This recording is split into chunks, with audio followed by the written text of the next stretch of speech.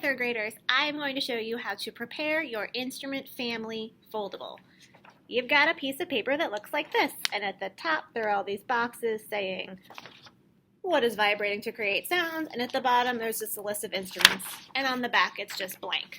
So here's what you're going to do. You're going to take this paper and you're going to fold it in half, long ways, otherwise known as, hot dog style.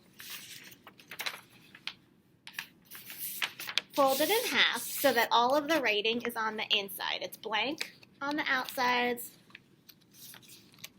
and then when you open it up, the writing's on the inside. So now you're going to take your piece of paper, open it back up, and you are going to cut along these black lines here only until where you folded. So take my scissors, and I'm cutting the flaps. So notice I didn't cut the whole way through, I just cut that part.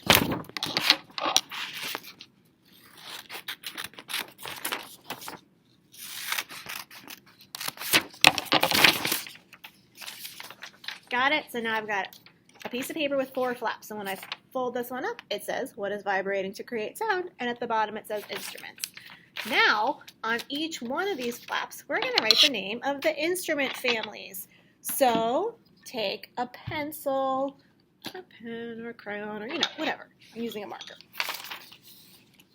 And on the first flap, you are going to write brass. On the second flap, you're going to write strings.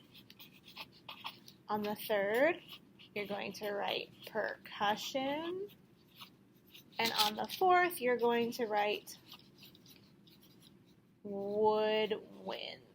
So when you're done, it should look like this.